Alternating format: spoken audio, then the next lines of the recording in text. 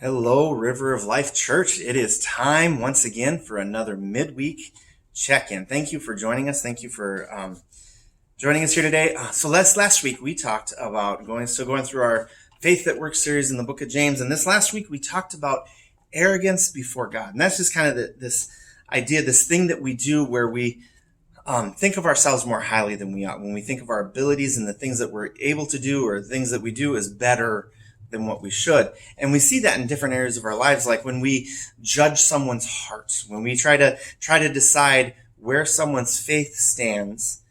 That's a form of arrogance because only God can see the heart. Only God can do that. But we try to do it anyway, and we judge people based on the things that we see where we think their faith is. And God tells us not to. And then, or sometimes, we have this arrogance in our lives where, we make plans to try to control the outcome rather than making plans with the understanding that God controls the outcome. And so we try to do things and try to organize things to be in control and to have things work out the way we want rather than just trusting God to lead us through things. Or, one of the other ways that we tend to show arrogance is in just trusting things other than God to carry us through and to help us survive and to make things better for us. Like where, we might trust in our job or our abilities. We might trust in our money or our wealth. We might even trust in a political party or the next upcoming election, or we might trust in this club or organization. We might put trust in all kinds of things to try to carry us through when really what we should be trusting is God and nothing else, just God. We should just trust God to have our best interests in mind. So, but one of the things that I talked about as we were talking about arrogance before God and the different things that we do is this idea of Me-istic Presentism. And this is a teaching from Paul David Tripp, pastor and author. And I'll put a link to that in the description, a link to that teaching so you can look at it yourself. It is a teaching mainly about finances, but the idea of Me-istic Presentism really stuck out to me because I see how it fits in so many areas of our lives and see how it causes problems in so many areas of our lives. Now, the idea of Meistic Presentism is this idea that we put our wants, our needs, our feelings, our hopes, our dreams at the center of our concern. That's the meistic part, that we make it about us, that we are the center of everything that is important. And then the presentism is this idea of like focusing on the present, living in the now, taking care of the now, worrying about the now, but not so much the later or what is after the later. And so like that was the idea of Meistic Presentism. And it was interesting as I thought about it, because, we see this, like people do this in their finances all the time. Like, what's more important is what they want and now. And so why do most of our country not have savings? Why do most people in our country live paycheck to paycheck? Why are they up to their ears in debt? Because they want what they want and they want it now. They don't want to wait for it. They don't want to work for it. They want it.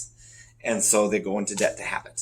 And so that's kind of where it comes in financial aspects, but also we see it in so many other ways. And one of those ways that I know that as I thought about it is this idea of FOMO. And that's the fear of missing out. FOMO, FOMO. And it drives like so much in our society, especially in terms of consumerism. Because like we have this idea, like, okay, so there's this TV show that everybody is watching and it's like the greatest thing ever. And like people are talking about it. And then like we fear that we're missing out on that. So we subscribe to the service that has that TV show so that we can be a part of it too. We don't want to miss out. Or, so-and-so got a new car and they're absolutely loving it because it can do this, it can do this, it can do this, it can do this. And my car can't do that. I'm missing out. And I fear that I'm missing out bad. So I go into debt to get this new car. Things like that happen all the time in our lives where we do things because we're scared of missing out. And, one of the other ways that I see Meistic Presentism really showing in our lives is actually in nostalgia. Now, nostalgia is not a bad thing. It's good to kind of think about the past and to remember the good things and learn from the bad things. And it's good to do that and it's important to do that. But sometimes we get into this nostalgia part where like we gloss over the bad things, remember the good things, and we want the good things again. We like, that's kind of like that's the meistic part. And we want the good things of the past to be the good things of now. and that's the presentism, and that it shows up in that area. And it can cause us a lot of issues, especially in terms of like trying to do ministry, because our world is different now than it was even 10 years ago. And the things that worked in ministry 10 years ago don't work now. And so but if we get held onto the past and we want the good things of the past to be a part of the present, to be a part of our present, then we end up missing out on what God is doing now and what God is leading us to in the future.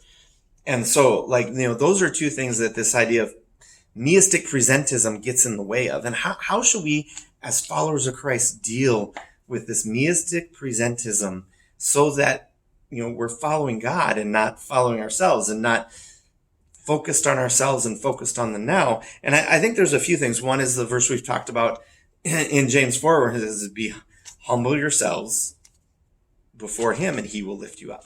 That we cleanse our hands and purify our hearts, and we seek him above all things, and allow his grace to lift us up. That, I think, is an important part of dealing with it, because we focus on God. We use that to focus on God.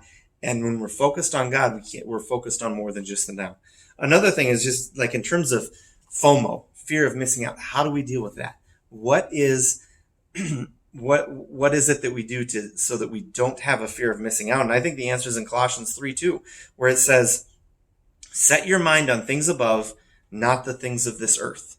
And when when our mind are on heavenly things, eternal things, godly things, the things of this earth really don't matter. It's okay that I haven't seen Tiger King, because honestly, in 5 years, I'm not going to care. So I don't need to run out and sign up for Netflix so I can watch Tiger King. It's okay if I miss out. My life is going to be great. And there's so many things when you stop and think about it that you've probably missed out on, and you don't even know it, or you don't care. And that's fine. So what we do is we focus on God and things of God rather than the things of this world, rather than the things that draw us into, we're going to miss out on this if we don't do it now. If we're focused on God, we don't have to worry about that, because God is in control. God takes care of it all. And how do we deal with this idea of the nostalgia of the past ruining our present and ruining our future? How do we deal with this idea that we want the goodness of the past to be the goodness of now? I think what we do is we remember what Paul wrote to the Philippians in chapter 3, verse 13. "Brothers, I do not consider that I have made it on my own, but one thing I do, forgetting what lies behind and straining for what lies ahead." When we look at that, the Greek word for forgetting, what Paul writes, that implies this idea of neglect. And so that's not so much we forget the past, but what we do is we neglect maintaining the past. When a house falls into neglect, it's because it hasn't been maintained. And so what we do is we remember the past, we remember the lessons of the past, we remember the good things of the past, we look on them fondly, but we don't maintain the past into the present. We neglect that part of it so that we can still have these good memories that we love and cherish, but they don't prevent us from straining towards what God is putting in front of us now. So that what God is preparing us for in the future isn't hindered by what we're holding on to from the past. And so I think that's a very important thing. And I think that's just a couple of ways that we deal with the Meistic Presentism that shows up in our lives so much, and really colors so much of our lives, that we focus on God above all things. We focus on the things of heaven rather than the things of earth, and we strain forward to what God has for us rather than holding on so tightly to what we've already experienced. So we strain forward to what God has for us rather than holding on to the things God has already given us, because God has better things, and God wants better things for us. He wants he came that we may have life, and life abundantly. And that's a life that keeps growing, keeps maturing, and keeps changing. And in order to have that, we have to strain forward rather than hold on to the past. So that's my encouragement to you. Fight the Meistic Presentism that's in your life.